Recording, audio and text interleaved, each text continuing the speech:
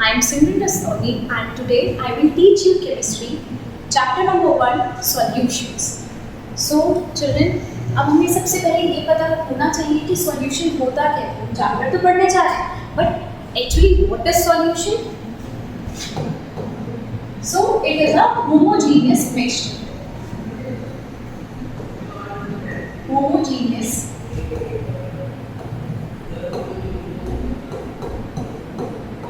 mixture. अब now what is homogeneous mixture? Homogeneous mixture को मैं एग्जांपल की हेल्प से समझा देती हूँ आपको. पहले जैसे मैंने एक बीकर लिया, ओके, एक बीकर लिया. इस बीकर में मैंने पहले वाटर ऐड कर दिया एंड आफ्टर दैट मैं इसमें सॉल्ट ऐड कर देती हूँ. मैंने जैसे ही इसमें सॉल्ट ऐड किया, अब मैंने इसको सॉल्टी वाटर बना दिया. ये सॉल्टी वाटर है और ये नॉर्मल वाटर है. ये कैसा आएगा? Normal water. और ये कैसा आएगा? Salty water. बट आप देख के डिफरेंशिएट कर सकते हो, आप टेस्ट करके तो डिफरेंशिएट कर सकते हो ये नॉर्मल वाटर है और ये सॉल्टी वाटर है. बट अगर मैं आपको बोलूँ कि सिर्फ आपको देख के आइडेंटिफाई करना है कि कौन सा नॉर्मल है और कौन सा सॉल्ट है, तो आप ये आइडेंटिफाई नहीं कर पाओगे. सो जब हम किसी चीज़ को, जब हमने बहुत सारी चीज़ों को मिक्स किया, 2-3 कंपोनेंट्स को मिक्स किया और उसके बाद भी हम आइडेंटिफाई ना कर पाए कि उस सॉल्यूशन के अंदर कौन कौन से कंपोनेंट्स प्रेजेंट हैं, तो वो होते हैं सॉल्यूशंस. अब इसकी हम डेफिनेशन लिख लेते हैं कि what is solution. It is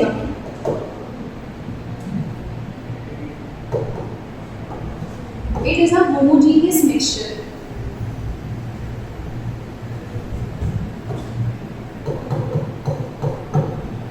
homogeneous mixture of two or more substances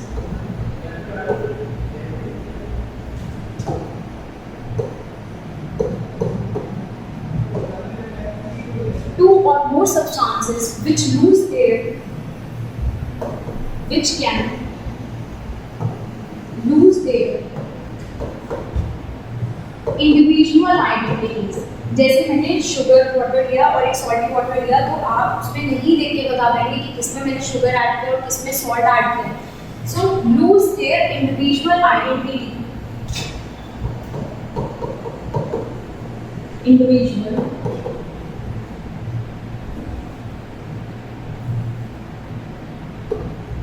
Individual identities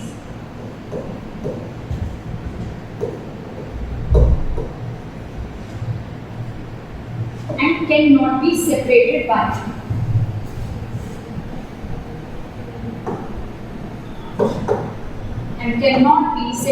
by simple method.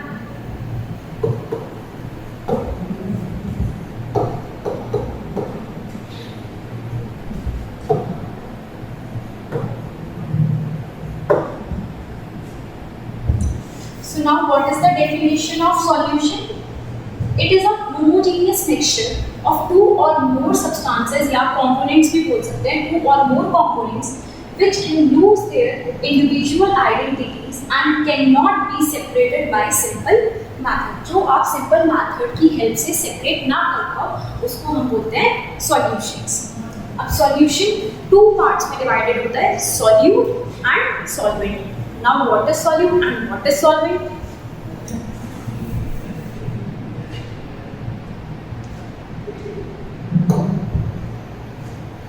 Solution आपका 2 पार्ट्स में डिवाइड होता है. One is solute and one is solvent. Solute, अब solute क्या होता है? जो कि स्मॉल अमाउंट में प्रेजेंट होते हैं. प्रेजेंट है स्मॉल अमाउंट.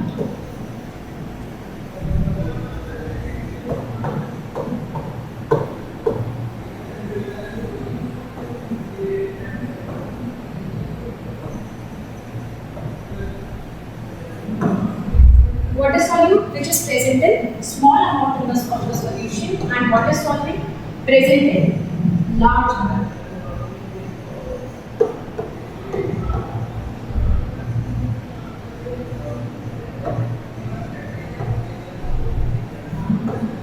जैसे मैंने आपको एग्जांपल दिया था कि मैंने वाटर में नमक ऐड किया था, सॉल्ट ऐड किया था, तो सॉल्ट क्या है, what is salt? Salt is solute, क्योंकि वो मैंने बहुत ही कम अमाउंट में ऐड किया था, और वाटर इज सॉल्वेंट, क्योंकि वाटर बहुत ही ज़्यादा अमाउंट में था, जो कि मैंने किया था 50 ml।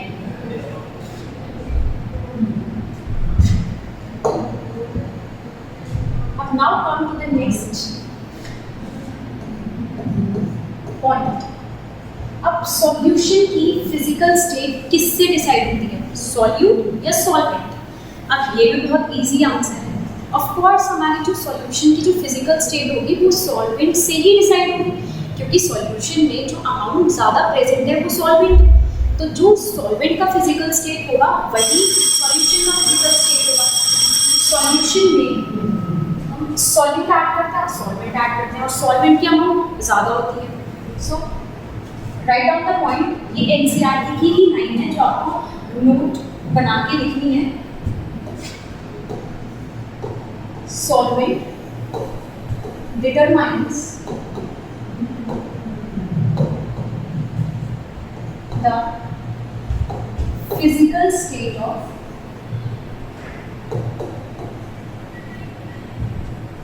solvent determines the physical state of solution, physical state of solution in which it exists.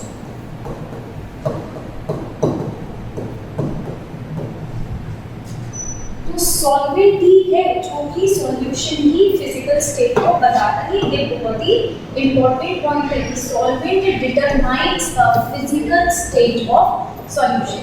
अब फिजिकल स्टेट से क्या मतलब, अगर सॉल्यूशन गैस है तो सॉल्वेंट भी गैस ही होगा, और अगर सॉल्यूशन हमारा लिक्विड है तो सॉल्वेंट भी हमारा लिक्विड ही होगा, मतलब लिक्विड की अमाउंट ज़्यादा होगी अगर सॉल्यूशन हमारा लिक्विड, और अगर सॉल्यूशन हमारा गैस है तो सॉल्वेंट भी गैस ही होगी, मतलब गैस की अमाउंट ज़्यादा ही होगी। ये बात आपको याद रखना है। नाउ अब to come to the next topic. अब नेक्स्ट टॉपिक हमारा क्या है, कंसंट्रेशन टर्म्स। कंसंट्रेशन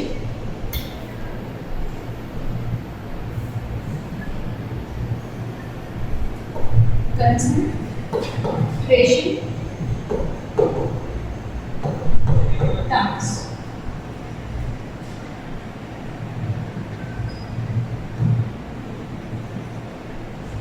अब कंसंट्रेशन टर्म्स सुनते ही आप सबके दिमाग में एकदम से क्या आती है, कंसंट्रेशन टर्म्स में आती है molarity, mass by mass percentage, volume by volume percentage, but ये सब तो होते ही है कंसंट्रेशन टर्म्स। बट एक्चुअल में कंसंट्रेशन का मतलब क्या है, अब हम पहले ये समझेंगे। What is the meaning of concentration? So concentration का क्या मतलब है, अमाउंट ऑफ सॉल्यूट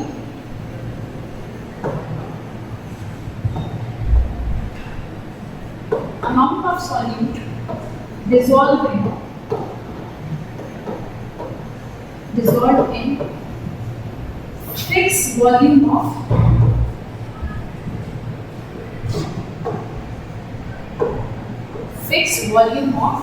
solvent। जब हम सॉल्वेंट की वैल्यू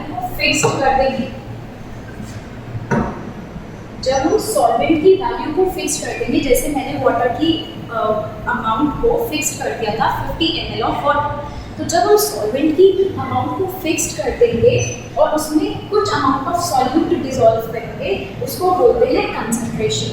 अब एग्जांपल एक सॉल्यूशन है, एक वाटर सॉल्वेंट लिया है हमने 50 ml ऑफ H2O, मतलब कि वाटर, और एक और बीकर लिया मैंने सेम, उसमें भी मैंने कितना ऐड किया 50 ml ऑफ H2O। अब 50 इस वाले beaker A and beaker B। अब बीकर A और बीकर B में अगर मैं बीकर A में 2 स्पून ऑफ शुगर ऐड कर दूं, मे मेरी ड्राइंग खैरियत की अच्छी नहीं है। मेरे 2 स्पून ऑफ शुगर इसमें ऐड की है और 1 स्पून ऑफ शुगर मैंने इसमें ऐड किया। तो जिसमें मैंने 2 स्पून ऑफ शुगर ऐड किया है, मतलब कि सोल्यूट मैंने बहुत ज़्यादा ऐड किया है इसके कंपैरिजन। इसमें तो सिर्फ 1 स्पून ऑफ शुगर है और इसमें 2 स्पून ऑफ शुगर है। तो जिसमें 2 स्पून ऑफ शुगर है वो हमारा क्या होगा, कंसंट्रेटेड सॉल्यूशन। ये कौन सा सॉल्यूशन होगा, कंसंट्रेटेड सॉल्यूशन। ये कौन सा सॉल्यूशन होगा, concentrated solution in comparison of beaker B. Beaker B कैसे होगा, डाइल्यूटेड सॉल्यूशन। किसी 2 चीज़ों को कंपेयर करते हुए ही तो बता सकते हैं कि कौन सा कंसंट्रेटेड है और कौन सा डाइल्यूटेड। अगर मैं आपको एक बीकर में 50 ml ऑफ वाटर दे दूँ और उसमें 4 स्पून ऑफ शुगर ऐड कर दूँ और उसको मैं आपसे पूछूँ कि ये डाइल्यूटेड है या फिर कंसंट्रेटेड है, तो आप बता पाओगे? नहीं बता पाओगे ऑफ कोर्स। क्यों नहीं बता पाओगे, क्योंकि मैंने उसके कंपैरिजन में आपको कुछ दिया ही नहीं है। अगर मैं कंपैरिजन में दूंगी तो आप बता सकते हो कि बीकर है तो कंसंट्रेटेड सॉल्यूशन है, बीकर बी डाइल्यूटेड सॉल्यूशन। अब कंसंट्रेटेड सॉल्यूशन का क्या मतलब है, जिसमें सॉल्यूट की अमाउंट ज़्यादा प्रेजेंट हो, और डाइल्यूटेड सॉल्यूशन का क्या मतलब है, जिसमें सॉल्यूट की अमाउंट थोड़ी कम हो। अब फॉर एग्जांपल मैं आपको ऐसे समझाती हूँ, जैसे आपका एग्ज़ाम, आपका रिजल्ट आया, तो जब आपका रिजल्ट आया तो एक बच्चे की तो 90% है, एक बच्चे की 95% है और एक बच्चे की 97 थी, ठीक है, 97%। तो अब जो 90% वाला बच्चा है उसे ये कैसे पता चलेगा कि मैंने टॉप किया है या नहीं किया है? अब जब वो दूसरों से अपने आप को कंपेयर करेगा जब भी तो आपको पता चलेगा कि आपकी स्कूल में क्या रैंक आएगी, आपकी क्या स्कूल में पोजीशन, आप फर्स्ट हैं, सेकंड है या थर्ड है। तो आपने कंपेयर किया तभी तो आपको पता चला। अभी तक तो आपको पता है कि जैसे फॉर एग्जांपल कोई एक्स बॉय है और उस बॉय ने सोचा मेरी तो 90% आ गई है, बट उसको अभी ये नहीं पता है कि उसने स्कूल टॉप किया भी है या नहीं। तो डैट मीन्स अभी उसने स्कूल टॉप नहीं किया है, क्योंकि जब वो दूसरों बच्चों के साथ अपने आप को कंपेयर करेगा तब उसको पता चलेगा कि उसकी थर्ड पोजीशन है। फर्स्ट पोजीशन तो 97% वाले की और सेकंड पोजीशन 95% वाले की। तो आपने जब कंपेयर किया तभी पता चला ना कि कौन फर्स्ट है, कौन सेकंड है, कौन थर्ड है। Same with this concentrated solution कौन सा है, डाइल्यूटेड सॉल्यूशन कौन सा है, आप कंपेयर करोगे तभी पता चलेगा कौन सा कंसंट्रेटेड और कौन सा diluted. Now come to the next topic. अब हमें पढ़नी है कंसंट्रेशन टर्म्स। अब कंसंट्रेशन टर्म्स होती कौन सी हैं ये हम पढ़ते हैं। अच्छा बताओ, चलो कौन सा पेन से पढ़ते हैं। हेडिंग को व्हाइट पेन से लगा देते हैं, कंसंट्रेशन टर्म्स।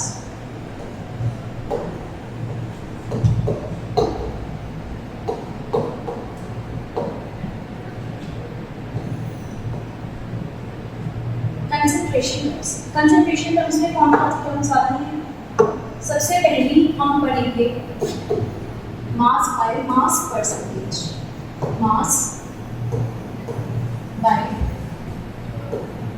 Mass percentage.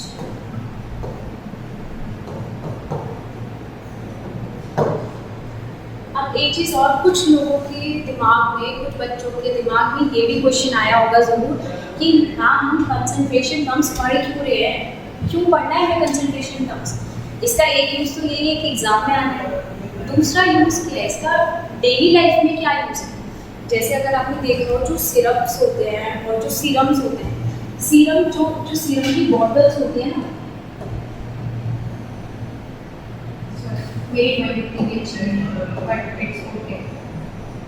ये मान लो कोई सा भी विटामिन सी सिरम है, ठीक है।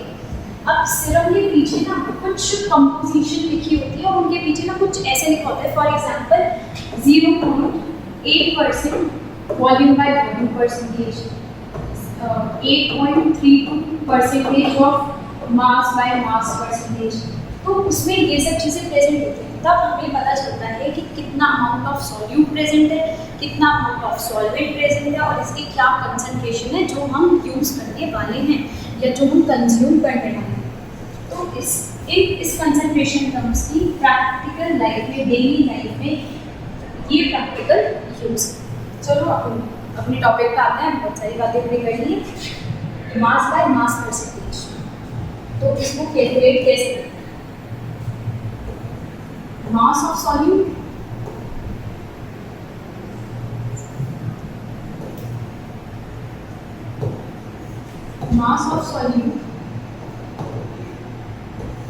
upon mass of solution into 100। अब जैसे इसका एक हम एग्जाम्पल ले लेते हैं। जैसे मैंने आपको एक एग्जाम्पल दिया, a solution of NaCl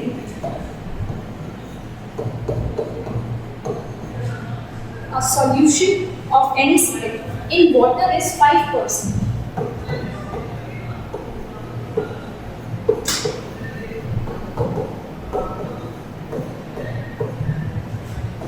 bracket में आपको यहाँ पर देंगे वेट बाय वेट या फिर मास बाय मास, बात एक ही है, ठीक है।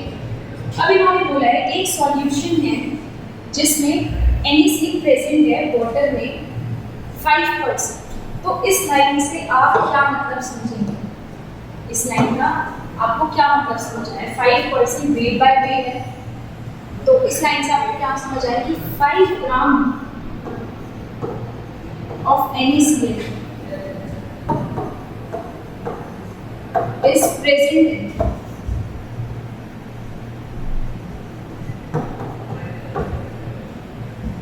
5 gram of NaCl is present in 100 gram of solution।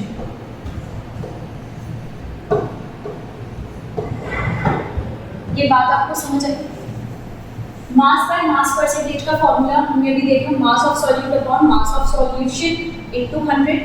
उसके बाद मैंने आपको एग्जांपल दिया कि अगर हमें एक लाइन ऐसी लिखी आ गई, solution of NaCl in water is a solution of NaCl in water is 5%।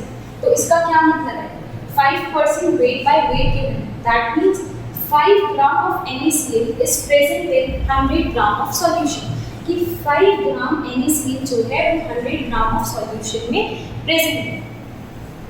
ये चीज अब हम क्वेश्चन से समझेंगे। जब हम क्वेश्चन करेंगे, जब आपको ये बात समझ आएगी कि इसको कैसे यूज करना है। So write down the question, 10 gram of glucose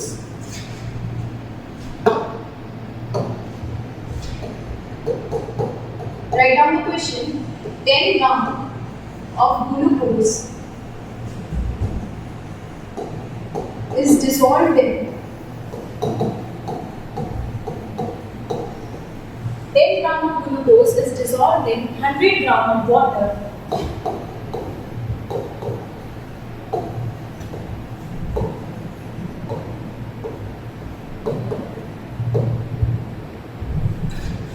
Find weight by weight percentage. Solution करेंगे glucose. Okay. तो 10 gram of glucose is dissolved in 100 gram of water. अब find percent weight by weight percent निकालना। तो weight by weight percent का अभी मैंने आपको formula बताया, क्या होता है वेट बाय वेट परसेंट का formula. Weight by weight percent का फॉर्मूला क्या पड़ा? मास of solute upon mass of solution into 100, ये फॉर्मूला पड़ा। Now put the values. Mass of solute 10 gram of glucose, तो 10 ग्राम में स्मॉल अमाउंट है इन कंपैरिजन ऑफ 100 ग्राम। तो अब इसमें से सॉल्यूट कौन सा होगा, सॉल्वेंट कौन सा होगा, ये आपको पता होना चाहिए। 10 ग्राम ग्लूकोज मतलब कि सॉल्यूट प्रेजेंट सॉल्यूट है, और 100 ग्राम ऑफ वाटर मतलब कि ये सॉल्वेंट है। तो 10 ग्राम तो सॉल्यूट है। अब मास ऑफ सॉल्यूशन, बच्चे इसमें क्या गलती करते हैं? बच्चे क्या करते हैं? 100 ग्राम लिखते हैं इनटू 100, 10% आंसर, जो कि एकदम टोटली रॉन्ग है, क्योंकि ये आपको सॉल्वेंट दे रखा है। 10 gram of glucose is dissolved in 100 gram of solution, that means 10 gram solute है और 100 ग्राम सॉल्वेंट है। और सॉल्यूशन क्या होता है? Solute plus solvent. तो सॉल्यूट प्लस सॉल्वेंट करेंगे तो क्या आएगा? जैसे solution is equals to solute plus solvent. अब solution is equals to solute क्या है? 10 ग्राम ऑफ ग्लूकोज, तो 10 प्लस सॉल्वेंट क्या है? 100 gram of water, that means 100। तो सॉल्यूशन कितना होगा? 110 ग्राम।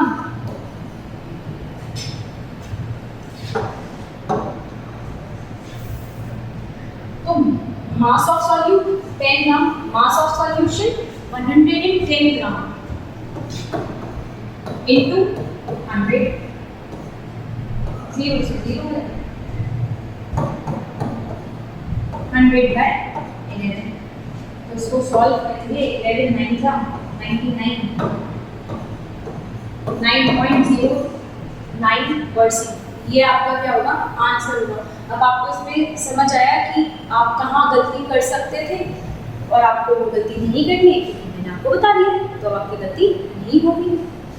Okay, now come to the next question. एक क्वेश्चन और, ये तो बहुत इजी सा क्वेश्चन था, एक थोड़ा ट्रिकी सा क्वेश्चन करा देते हैं। इतना भी कोई ट्रिकी नहीं है, हम तो कर ही लेंगे। Right down the question. 20 gram of sugar is present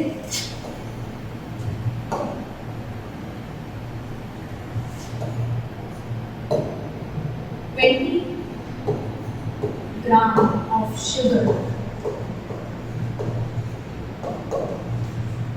is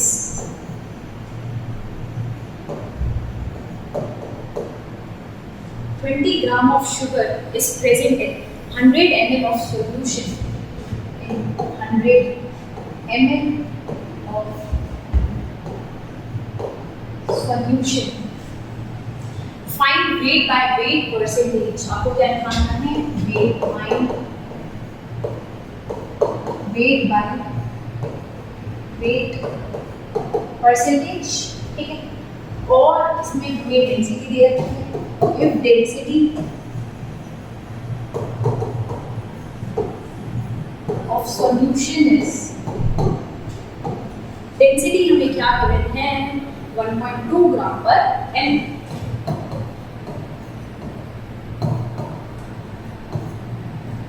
okay, अब इसको सॉल्व करेंगे।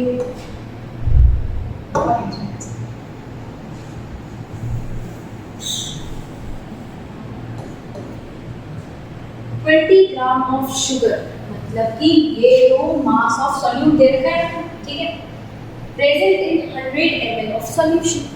अब इन्होंने क्या करा? हमें वॉल्यूम दे दी है सॉल्यूशन की। पहले क्वेश्चन में हमें क्या दिया था? मास दिया था सॉल्यूशन। अब इन्होंने क्या किया? वॉल्यूम दिया। चलो भाई, हम तो कर लेंगे सॉल्व। उसमें find weight by weight percentage.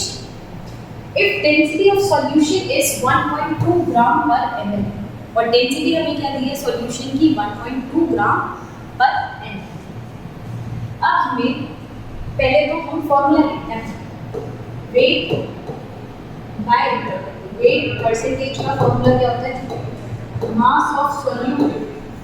जितनी बार भी आप क्वेश्चन सॉल्व करेंगे उतनी बार ही आपको फॉर्मूले लिखने हैं। उतनी बार आपको फॉर्मूले क्यों लिखने हैं? जितनी बार आप फॉर्मूले लिखोगे आपको याद हो जाएंगे और फिर आप नहीं भूलोगे, बिल्कुल भी नहीं भूलोगे। और कभी भी अगर फॉर्मूला लिख के वैल्यूज पुट करोगे तो क्वेश्चन में गलती होने के चांसेस भी बहुत कम होंगे, ठीक है। तो मास ऑफ सॉल्यूट तो हमें 20 ग्राम दे रखा है, ठीक है। अब मास ऑफ सॉल्यूशन निकालना है। हमें वॉल्यूम ऑफ सॉल्यूशन दे रखा है। वॉल्यूम ऑफ सॉल्यूशन हमें गिवन है 100 ml। डेंसिटी ऑफ सॉल्यूशन भी हमें गिवन है 1.2 ग्राम पर ml, ठीक है। अब हमें क्या निकालना है? मास निकालना है, mass of solution. We have to calculate mass of solution अब मास ऑफ सॉल्यूशन कैसे निकालेंगे? एक आपने बचपन से ही एक फॉर्मूला पढ़ते आ रहे हैं, वही यूज करना है। तो कौन सा फॉर्मूला है? Density is equals to mass upon volume. Mass calculate करना है तो mass is equals to density into volume. Density हमें दे रखी है 1.2 और वॉल्यूम हमें दे रखी है 100। तो योर आंसर विल बी 120 ग्राम। अब ये जो मास आया है, ये किसका मास आया है? सॉल्यूशन का मास आया है। तो सॉल्यूशन का मास आ गया है, वैल्यू पुट कर दो 120 into 100। 0 से 0 को कट किया और 2 10 are 20, 2 6 are 12, 2 3 are 6, 2 5 are 10। तो आपका 50 by 3। आई थिंक कैलकुलेशन तो मैंने की है। ओके, तो अगर हम इसको परसेंटेज में निकालेंगे तो क्या है? 16/6%। ओके, तो अब आप इस क्वेश्चन को देखो और मुझे बताओ कि आपको समझ आया या नहीं। समझ तो आ जाना चाहिए, इतना कोई टफ भी नहीं है वैसे। Now come to the next topic. Next अब हम क्या पढ़ेंगे? नेक्स्ट हम पढ़ लेते हैं वॉल्यूम बाय वॉल्यूम परसेंट। अब वॉल्यूम बाय वॉल्यूम परसेंट क्या होता है? सेकेंड कंसंट्रेशन टर्म है वॉल्यूम बाय वॉल्यूम परसेंट। अब इसका भी कोई फॉर्मूला तो होता होगा, तो इसका क्या फॉर्मूला होता है? मास तो नहीं, क्योंकि वॉल्यूम वॉल्यूम की बात है। तो volume of solute upon volume of solution into 100, ये हमारा वॉल्यूम बाय वॉल्यूम परसेंटेज का फॉर्मूला है। Volume of solute upon volume of solution into 100। थोड़ा अच्छे से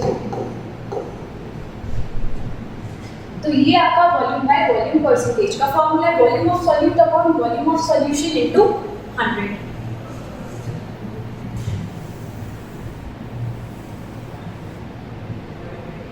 अब फॉर एग्जांपल इन्होंने इसमें ऐसे दे दिया कुछ HCl in aqueous solution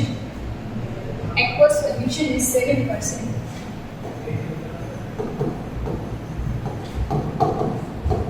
7% और यहाँ पे ये देंगे वॉल्यूम बाय वॉल्यूम परसेंट। ये जो हमें परसेंट दिए है ना, ये हमें बताएंगे कि परसेंट किस चीज़ की है, तो उससे ही हमें पता चल जाएगा। तो इसको हम कैसे लिख सकते हैं? HCl in aqueous solution is 7%। जो HCl है वो 7% है सॉल्यूशन। तो इसका क्या मतलब हुआ? 7 ml HCl is present in 7 ml HCl is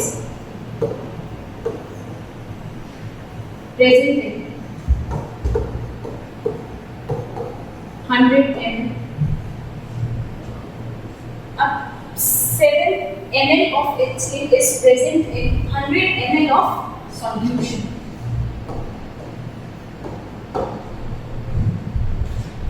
इस लाइन से हमें ये पता चला है कि अगर हमें कुछ ऐसा दिया है कि HCl in aqueous solution is 7%, तो इस 7% का क्या मतलब है? इस 7% का मतलब है 7 ml HCl जो है, 7 ml of HCl जो है वो प्रेजेंट है कितना? 700 ml of solution। ओके, तो इससे रिलेटेड भी एक क्वेश्चन कर लेते हैं, तब थोड़ा आसान हो जाएगा समझना। तो आपको सिर्फ क्वेश्चन करके फॉर्मूला सीख के क्वेश्चन में अप्लाई करना आना चाहिए, यही फिजिकल केमिस्ट्री का रीत है। तो इसके क्वेश्चन एक मैं लिखवा देती हूँ। A sugar solution is 10%।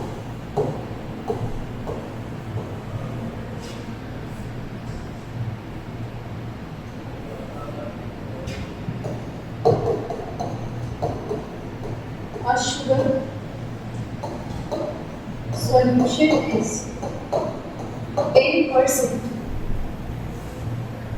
weight by weight.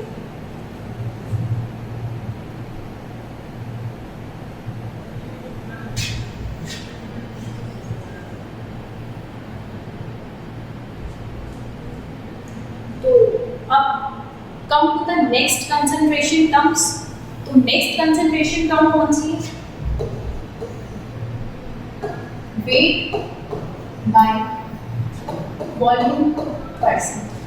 अब weight by volume percent का भी फॉर्मूला होता होगा, तो वो क्या होता है?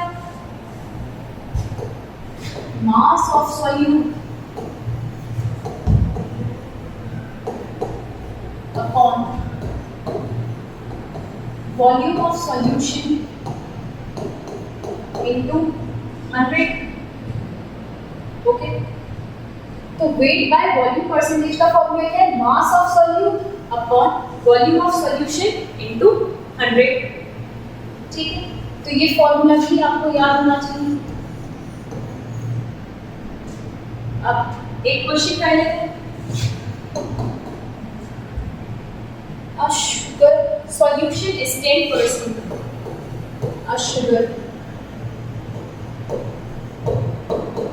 solution is 10% weight by weight. ये हमें बता दें कि 10% जो हमें गिवन है वो है कि एक्चुअल में weight by weight. Find weight by volume percentage if density of solution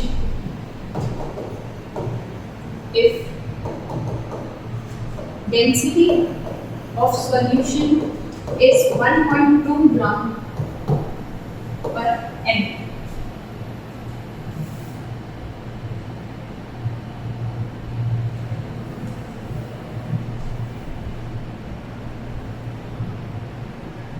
तो आपको ये क्वेश्चन सॉल्व करना है. A sugar solution is 10% weight by weight. तो इसका क्या मतलब है? 10 gram of sugar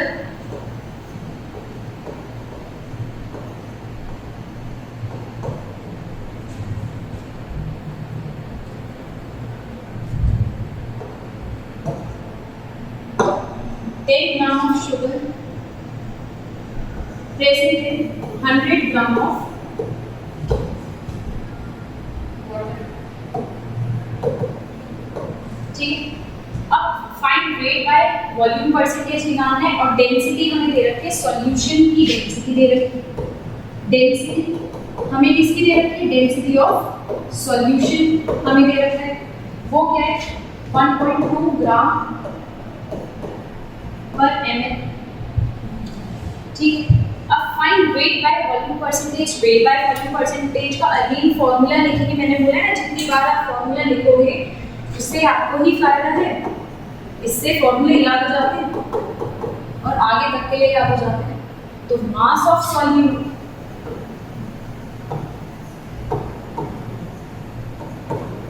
upon volume of solution into 100. अब मास ऑफ सॉल्यूट क्या है? 10 ग्राम ऑफ शुगर. मैंने आपको बताया है जो ये 10 ग्राम ऑफ शुगर है ये क्या है? सॉल्यूट ही है, तो हम इसको पुट कर सकते हैं. तो 10 ग्राम ऑफ सॉल्यूट. अब इन्होंने बोला है volume of solution. Volume of solution हमें कहीं भी दे रखा है? नहीं दे रखा, बट हमें मास ऑफ सॉल्यूशन दे रखा है. मास ऑफ सॉल्यूशन क्या दे रखा है? 100 ग्राम. और डेंसिटी हमें क्या दे रखी है? 1.2 ग्राम पर है. तो यहाँ से वॉल्यूम कैलकुलेट हो जाएगी. तो density is equals to mass upon volume. Volume is equals to mass upon density. तो मास हमारा क्या है? 100 और डेंसिटी क्या है? 1.2. तो वॉल्यूम में हम इसे पुट कर देते हैं 100 अपॉन 1.2 इंटू 100. तो इसको सिंप्लीफाई फॉर्म में लिख दूँ. वैसे तो आप सबको आता होगा पर फिर भी मैं बता देती हूँ कैसे लिखते हैं. 10/1 इंटू 100 इंटू 1.2 by 100, तो 100 से 100 कट हो गया, तो ये क्या आ गया आपका 12%। 12% इज योर आंसर। 12% किसका आंसर है?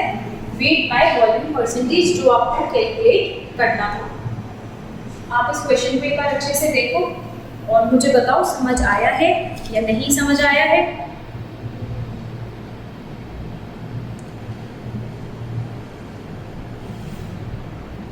फिर उसके बाद अब हम एक और क्वेश्चन की प्रैक्टिस कर लेते हैं, क्योंकि फिजिकल में आपको फॉर्मूले याद है, अच्छी बात है, बट वो फॉर्मूले आपको अप्लाई करने आ रहे हैं या नहीं ये सेकेंडरी बात है। तो हमें सेकेंडरी बात पे ही उतना ही फोकस करना है जितनी हमें प्राइमरी बात पे फोकस करना है कि हमें फॉर्मूले याद होने चाहिए। तो right on the next question, a solution of HNO3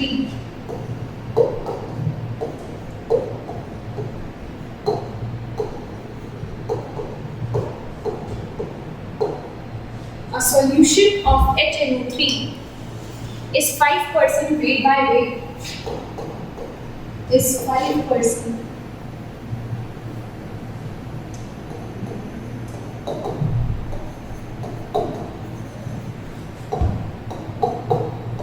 Find, अब हमें इसमें फाइंड क्या करना है? Find the mass of HNO3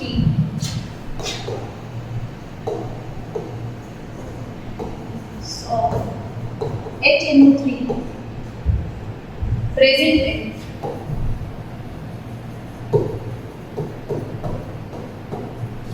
find the mass of HNO3 present in 100 ml of solution.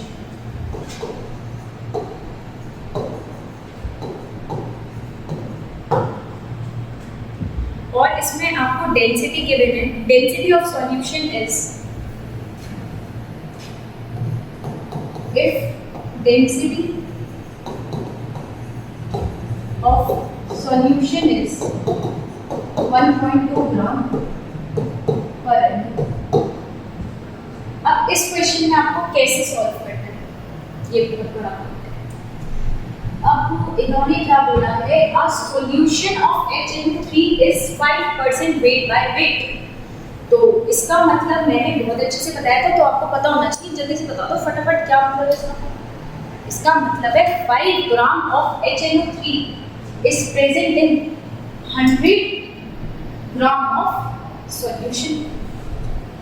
तो पहले वेट बाय वेट परसेंटेज का फॉर्मूला लिख लेते हैं।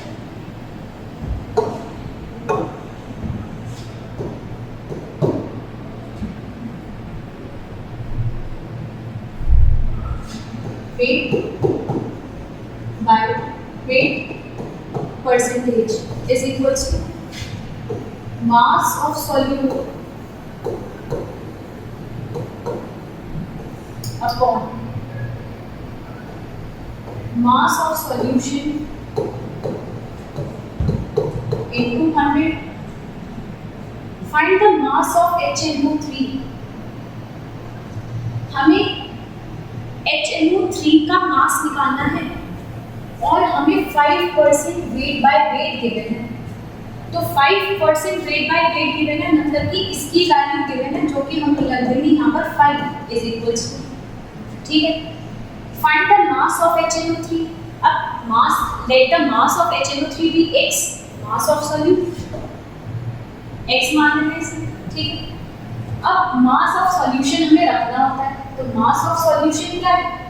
अगेन इन्होंने तो वही कर दिया काम, फिर से डेंसिटी ऑफ सॉल्यूशन हमें दे रखी है 1.2 ग्राम पर ml और वॉल्यूम ऑफ सॉल्यूशन हमें दे रखा है 100 ml। आपको ये बात ध्यान रखनी है, जहाँ मैं density is equals to mass upon volume का फॉर्मूला लिखवा रही हूँ, वहाँ पर डेंसिटी भी हमें ग्राम पर ml में गिवन है और वॉल्यूम भी ml में गिवन है। अगर वॉल्यूम मुझे लीटर में गिवन होती तो पहले मैं उसको ml में कन्वर्ट करती हूँ। यूनिट्स का ध्यान रखना, गलती नहीं होनी चाहिए। Density is equals to mass upon volume, मुझे मास कैलकुलेट करना है तो डेंसिटी इनटू वॉल्यूम। डेंसिटी की वैल्यू क्या 1.2 और वॉल्यूम की वैल्यू क्या है 100, so your answer will be 120 gram. इतने में कोई दिक्कत? मेरे हिसाब से नहीं होनी चाहिए, क्योंकि ये सेम कॉन्सेप्ट हम अभी पीछे क्वेश्चंस में भी करके आए हैं। तो यहाँ मैं 120 रख दूँगी इंटू 100। अब जो हमारी x की वैल्यू आई वही हमारा आंसर होगा, क्योंकि हमें मास ऑफ सॉल्यूट कैलकुलेट करना था, जो कि क्वेश्चन में पूछा है। Find the mass of HNO3 present in 100 ml of solution. तो x की वैल्यू कैसे निकलेगी? 5 इंटू 120 बाय 100। 0 से 0 कट गया। इसमें मेरे हिसाब से दिक्कत तो नहीं होनी चाहिए। तो 0 से 0 कट गया, 12 5 से 60 और 60 डिवाइडेड बाय 10, 0 से 0 किया तो आपका x क्या आ गया? 6 ग्राम। मतलब कि HNO3 का जो मास है वो क्या है? 6 ग्राम, ना कि 5 ग्राम, क्योंकि 5% हमने वेट बाय वेट में डायरेक्टली लिख दी। और हमसे पूछा है स्पेशली उन्होंने कि मास ऑफ सॉल्यूट आपको कैलकुलेट करना है, तो ऐसे हम कैलकुलेट करेंगे। आई होप आपको ये क्वेश्चन समझ आ रहे होंगे। एक बार देख लो अच्छे से, कोई प्रॉब्लम हो तो मुझे बताना फिर।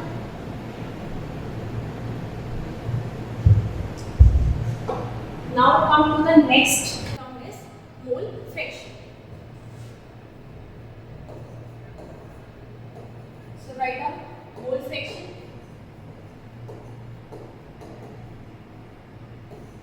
Mole fraction को किससे डिनोट करते हैं? जीटा से। ओके। अब मोल फ्रैक्शन हम कैसे कैलकुलेट करते हैं पहले मैं ये समझा देती हूँ। जैसे कोई भी कंपोनेंट A है और दूसरा कंपोनेंट B है, इसके जो मोल्स हैं A कंपोनेंट के वो Na है और B के जो मोल है वो Nb है। ये एक सॉल्यूशन है जिसमें A कंपोनेंट है और B कंपोनेंट है। A के Na मोल्स हैं और B के Nb मोल्स। अब अगर हमसे पूछा जाए right the mole fraction of A, तो कैसे लिखेंगे? मोल फ्रैक्शन ऑफ A हम जीटा से डिनोट करते हैं, तो हम जीटा को ही लिख देते हैं। अगर हमें मोल फ्रैक्शन ऑफ A लिखना है, मोल फ्रैक्शन ऑफ A कैसे लिखेंगे?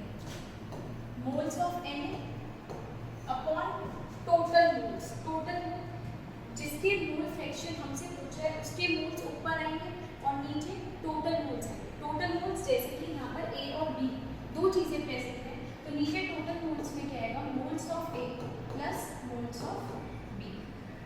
ठीक। अगर हमसे पूछा जाए कि right the mole fraction of B, तो B का क्या होगा? Moles of B upon moles of A plus moles of B। तो ये फॉर्मूला है जो आपको याद रखना है। ये मोल फ्रैक्शन निकालने का मेथड है जो आपको पता होना चाहिए। ये भी एक कंसंट्रेशन का है। अब इसको कैलकुलेट कैसे करेंगे? अब मैं इसके ऊपर एक क्वेश्चन दे देती हूँ, तब पता चलेगा कि कैसे मोल फ्रैक्शन का यूज करना होता है। तो right down the question. 40 gram NaOH है, 54 ग्राम H2O। अब मैं इसमें क्वेश्चन ऐसे भी पूछ सकती हूँ कि find the mole fraction of NaOH, ये भी पूछ सकती हूँ find the mole fraction of H2O, और मैं ये भी पूछ सकती हूँ दोनों के निकाल। तो हम दोनों के निकाल लेते हैं क्योंकि अभी सीख रहे हैं, तो दोनों के निकाल लेते हैं। Find the mole fraction of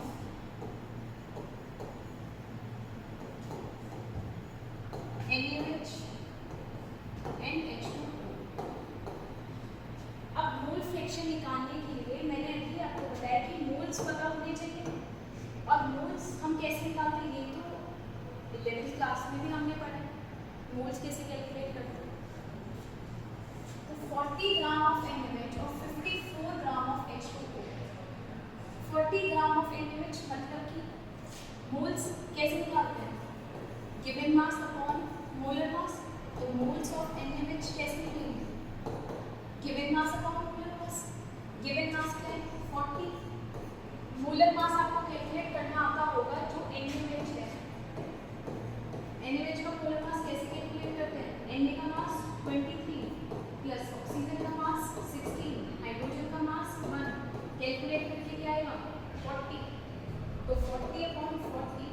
तो मोल्स ऑफ NaOH आपके क्या आ गए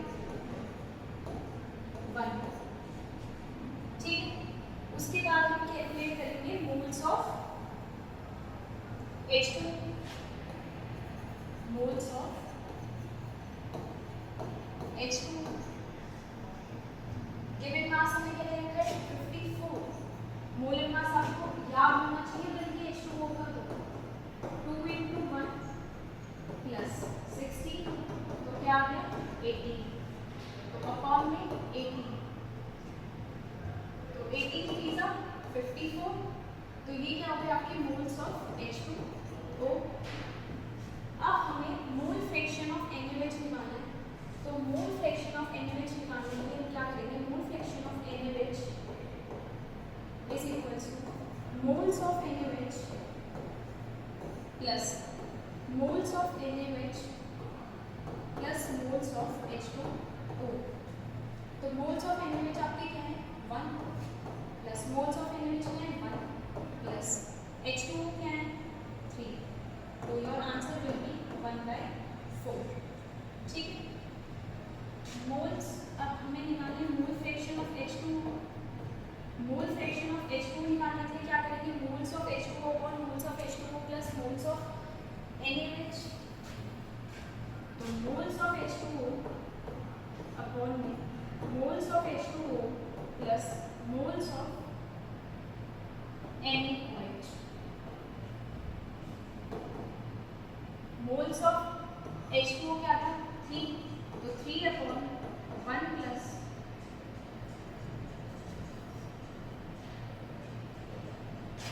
moles of H2O upon moles of H2O plus moles of NaOH, तो मोल्स ऑफ H2O क्या थे 3 प्लस 1, तो 3/4 is your answer. So mole fraction of H2O क्या आ गया 3/4 और मोल फ्रैक्शन ऑफ NaOH क्या आ गया 1/4। अब आपको समझ आया होगा कि मोल फ्रैक्शन जो हमने कंसंट्रेशन टर्म पढ़ी है उसका क्या यूज है और उसको कैसे हम कैलकुलेट करते हैं। अब एक और क्वेश्चन करा दूं क्या,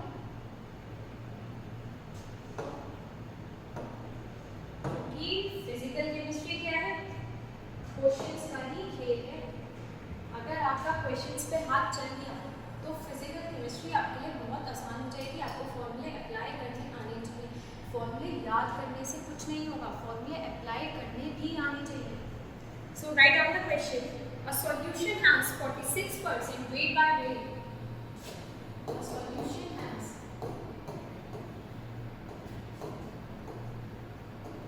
46%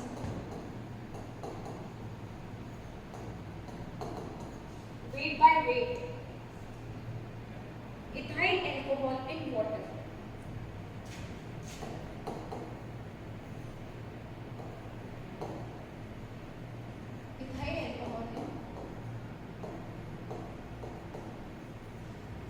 ethyl alcohol in water, find mole fraction of ethyl alcohol, find mole fraction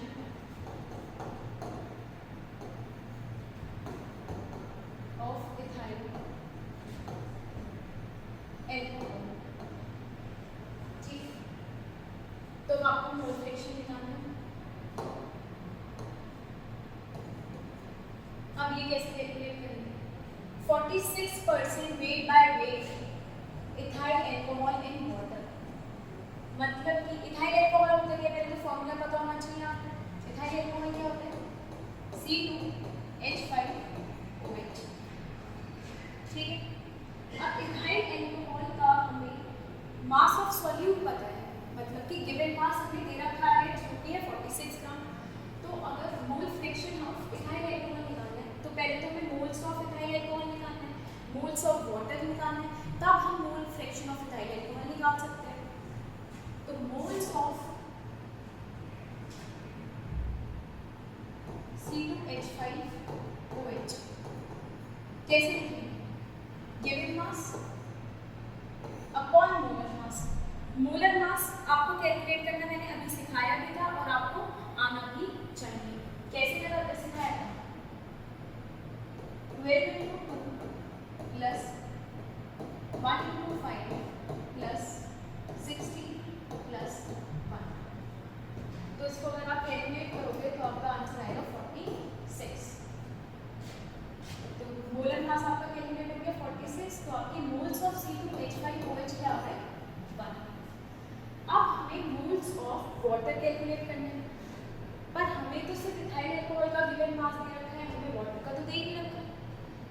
calculate कर सकते हैं, क्योंकि वेट बाय वेट परसेंट का क्या मतलब था, 46 ग्राम। इसका क्या मतलब था, इसका बहुत बार बताया है, क्या मतलब था, जल्दी से बोलो, 46 gram of C2H5OH in 100 gram of solution. मतलब कि हमें सॉल्यूशन का मास दे रखा है,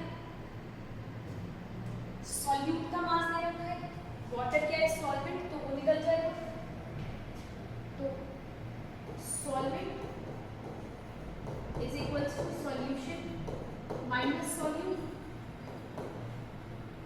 सॉल्यूशन क्या है, 100 minus solute 46 gram of ethyl alcohol, 46 minus करेंगे तो क्या आएगा, 100 minus 46, what is the answer. चलो थोड़ी कैलकुलेशन फास्ट करने सीख जाओ, बस फिजिकल केमिस्ट्री में सीख लेंगे। और मोल्स ऑफ H2O हम कैलकुलेट कर लेंगे बहुत आसानी से। गिवन मास हमारा है 54, मोलर मास हमने अभी पीछे कैलकुलेट करा था 80, तो ये आ गए आपके 3 मोल्स।